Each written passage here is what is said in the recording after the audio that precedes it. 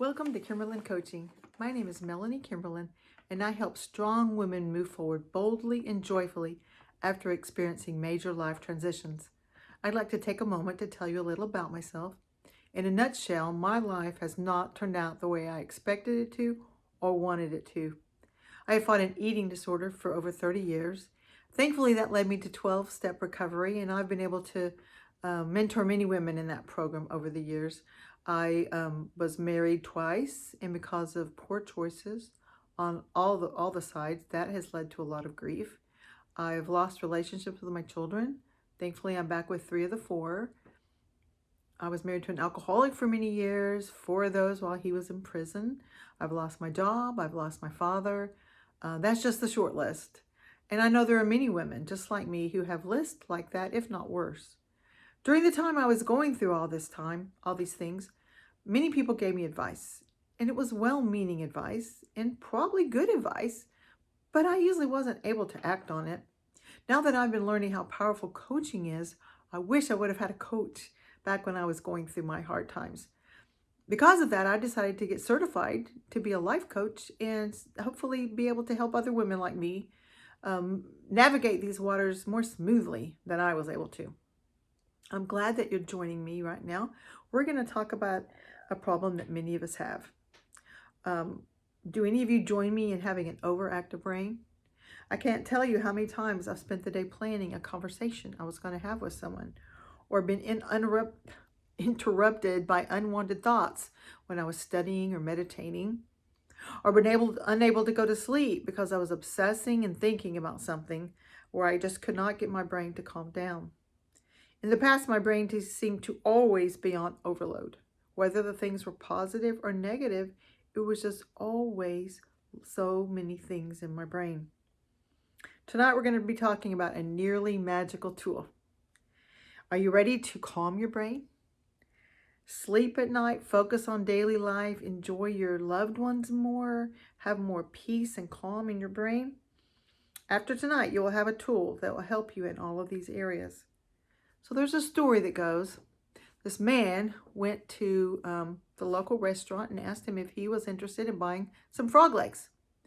He said, I have 1,000,000 frogs in a pond out behind my house. They're croaking night and day. They're driving me crazy. And I wondered if you would like to buy some frog legs. The restaurant owner said, yeah, sure.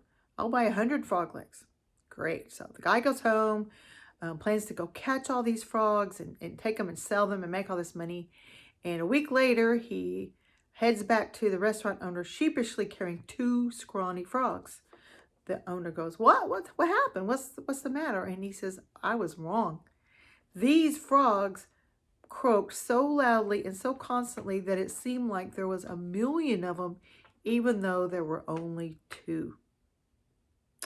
So the reason we're going to talk about this tool, the reason we need it, is the way our brains work. And my brains work like this guy with his frogs. When things are going in my head, they whirl around and round and round, and they're much bigger than they really are. They seem much bigger than they really are.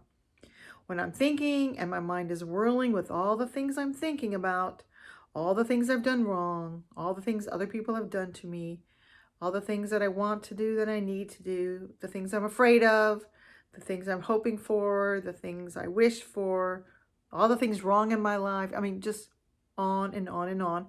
It feels like there's 1,000,000 things, just like this guy with his 1,000,000 frog legs. I remember asking someone one time, what are you thinking about? And he said, nothing. I thought, nothing? How can you be thinking about nothing? I'm always thinking about something. My brain is always whirling. There's actually a scientific reason for this. It's called the Zeigarnik effect, which says our brains like to finish things. When there are unclosed loops in our life, our brains keep reminding us by saying, this is still undone. Don't forget to do that. Is that on your list? Don't forget it. So when all these things are running around in my head, it's just a big muddle. It feels like I'm on a hamster wheel. Maybe it feels like that to you too. I have spent so many hours throughout the day, throughout the night, obsessing and thinking about things, wishing there was a way to quiet my brain. Well, there actually is. So here it is, the magic tool. Drum roll. Writing. I know you're going to say, darn, I hate writing. Just hear me out.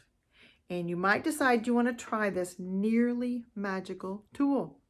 Let's talk about what writing does to quiet the brain. Let's talk about what it does for our brain in all ways for a few minutes. Writing things down happens on two levels, external storage and encoding. External storage is easy to explain. You're storing the information contained in your goal in a location, like a piece of paper. It's very easy to access and review at any time. You can post that paper in your office or on your refrigerator. It's easy to see that you're going to remember that more often when you have that visual cue that you're going to see as a reminder every single day. There's another deeper phenomena happening called encoding. Encoding is the biological process by which the things we perceive travel to our brain's hippocampus, where they're analyzed. From there, decisions are made about what gets stored in our long-term memory and what in turn gets discarded. Writing improves the encoding process. In other words, when you write it down, it has a much greater chance of being remembered. Neuropsychologists have identified what they call the generation effect, which basically says individuals remember better material that they've generated themselves rather than just material that they've read. So if you're writing something down like a goal, you get the effect twice. First, you think of the goal in your head, you create a picture in your mind. And second, when you write it down, you're essentially reprocessing and regenerating that image. You have to rethink your mental picture, you put it on the paper, you plan it out, and that's a lot of cognitive processing going on there. In essence, you get a double whammy that really burns the goal into your brain. They've done a lot of studies about students taking notes in class. So when you take notes on a laptop, it ends up having shallower processing. Generally, we can type so much faster than we can write, or even faster than we can think. So I've even done this before. Take notes and you're just typing every single thing that the teacher is saying, but you're not hearing any of it. It's just all going down the paper. And so when we take notes by hand, we can't get all of it. So we're having to decide what are the important thoughts. What things are the most important things that we need to remember, and we're writing those down. So they're finding that taking notes by hand is much more powerful and gives you a better chance of remembering these things than just typing it out on a laptop. So you remember the Zeigarnik effect? You can actually use that to your advantage when you're trying to learn something. So our brain remembers things that are unfinished better than it remembers things that are finished. Once we finish something, our brain says, okay, we're done, let's move on.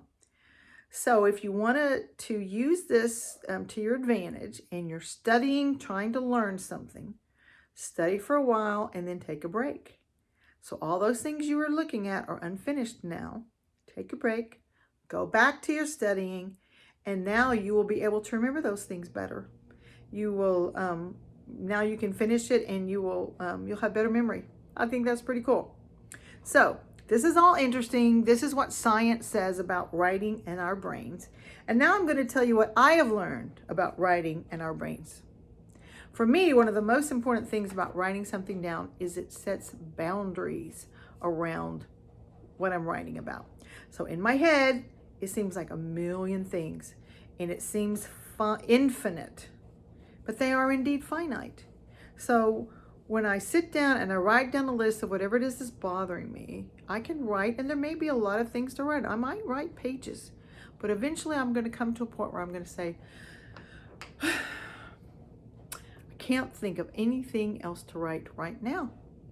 And so it puts boundaries. And when you look at that list is never, or at least for me, it is never even close to as big as it felt like it was in my brain.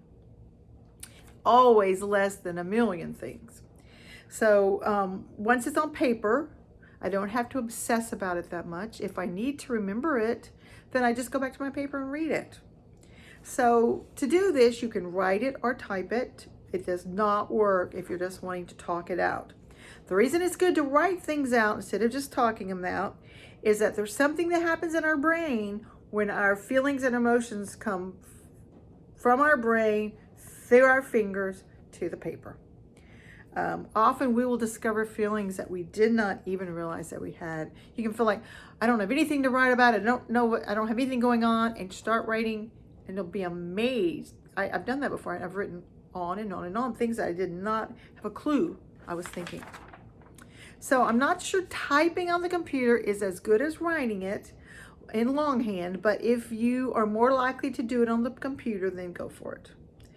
When we write all these things down, we're able to look at them, get a proper perspective on them, and prioritize them better. So now let's look at some times and ways to use this tool. One of the good times, a really, really good time to use it is when you're angry. So if I'm angry at someone and I'm obsessing about the things I want to say to this person who has wronged me, what I do is I write a letter. And I tell them everything I want to tell them, and in whatever language is going through my brain. I don't curse, but sometimes I think curse words. And so when I write these angry letters, I say everything that comes out, even things that I know aren't right. Or, you, blah, blah, blah, blah. If I'm thinking it, I'm writing it, because I'm not going to give this letter to them. This is just therapeutic. It's a way to help me get my feelings out and experience my emotions in a safe way. Once I've written this letter, and you keep writing, I keep writing until there's nothing left to write. Oftentimes, that's all I need to do. I can let the situation go after that. If it keeps bothering me after I've written it, then I might need to read it to a safe person. If I've read it to them and it's still bothering me, I might need to confront that person. If that happens, then doing this letter is going to help make that conversation more productive. Because doing this letter has helped me work through at least some of my emotions and feel some of the emotions. And they're not so raw now as they were before I wrote. So have you ever tried to have a conversation with someone and you're angry, but you end up crying and it's so frustrating? Or maybe you're so angry that you say things that you don't really think, and they're hurtful and they're not true, and you can't take them back. And so if you've written this letter beforehand, your conversation is much more likely to be productive if you do feel like you have to confront that person. You might think that you find that you need to write a letter to them instead of a confrontation. If so, then you write a second letter. And again, it's going to be more productive because you've already worked through a lot of your feelings, a lot of your anger. Another time that this tool is very useful is when we are afraid or anxious. So we know fear is more specific. I'm afraid of something now. Something is happening now, and I'm afraid of this thing. Anxiety is more generalized. It's something that's going to happen in the future. I may not even have a specific thing I'm anxious about. I could just have a general sense of anxiety. If I start writing out these things that I'm afraid of, things that I'm feeling anxious about, I will end up having a pretty good idea of what is causing that anxiety. Many times just putting a name to it is enough. Sometimes that it's good to go beyond just the list. Of course, we also know that that list is never going to be as long as the list in our head, right? So when we're looking at this, sometimes it's good to look at 3 scenarios. 1, what is the best case scenario? 2, what is the worst case scenario? And 3, what is the most likely scenario? So maybe I'm feeling anxious, I'm worried about losing my job. Okay, so let's say if I were to lose my job, what's the best case scenario? Best case is I get a new job really quickly. I get a new one, a better one, more money, I like it more, everything's great and wonderful. What's the worst case scenario? I lose everything. I don't ever get a job, I'm homeless, I'm on the streets, I lose my home, I lose it all. We're all gonna die. What's the most likely scenario? Well, it might take a while, but I will probably get a new job. It might be better, it might not be better, but it will be okay, and it will work out, and I will eventually get some kind of a job. So if I work through these, and if I walk through that worst case scenario specifically, So what if it does? What if I do lose my job? Then you can come up with a plan B to kind of talk yourself off that edge, off the ledge of that fear. Now, if you find that doing these scenarios makes you feel worse, you're spending more time in the negative and the fear and all that, then you might need to do this with the help of someone else and not do it by yourself. So another thing that is good to do with this tool is what I call my imperfect list. Now, this is my own concoction. I'm a perfectionist and I want everything to go a certain way. And you know, life does not work that way. And so I have these little things that are going on in my life that are just imperfect. They're not huge, they're not terrible. And in fact, I'll tell myself, it's a little deal. It's not a big deal. Don't get upset about it. Don't get mad about it. Chill out. Let it go. It's not a big deal. But it's still in my brain and it's whirling around and it feels like a million things and it's making me feel bad. So I make my list of imperfect things. These things are imperfect in my life. I've got a spot on the carpet. I can't get it clean. I've got a new dent in my car that I made because I scratched by the mailbox. I've lost my keys and I'm having to use a second set of keys, so I'm okay, but I'm so frustrated that I can't find that other set of keys. These are just little things, but left alone, they add up and they give me a general sense of yuck, right? Depression, yuck. I mean, it's not as strong enough to be depression, but it's just a yucky feeling. So I make my list and that helps tremendously. And I look back on that list a week or two later and I'm like, really? That was really bothering me that much? But it was. But writing about it helped me get out of it.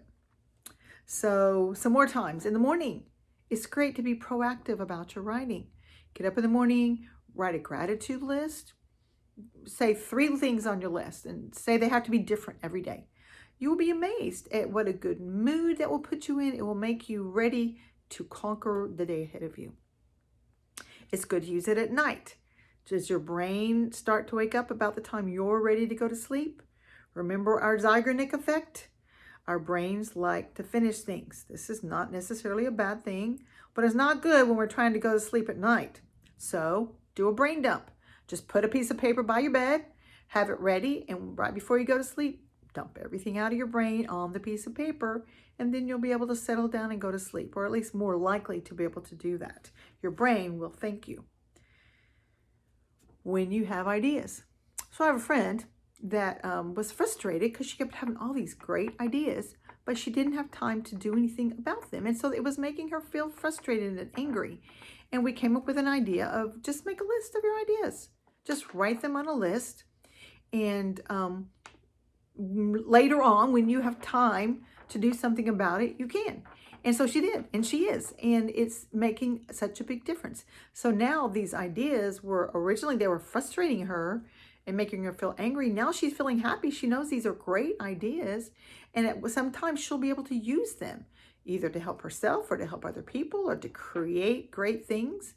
We don't know, but now that this list is making her feel happy instead of frustrated like she was before she started making the list. Another thing you can do when you write is find patterns.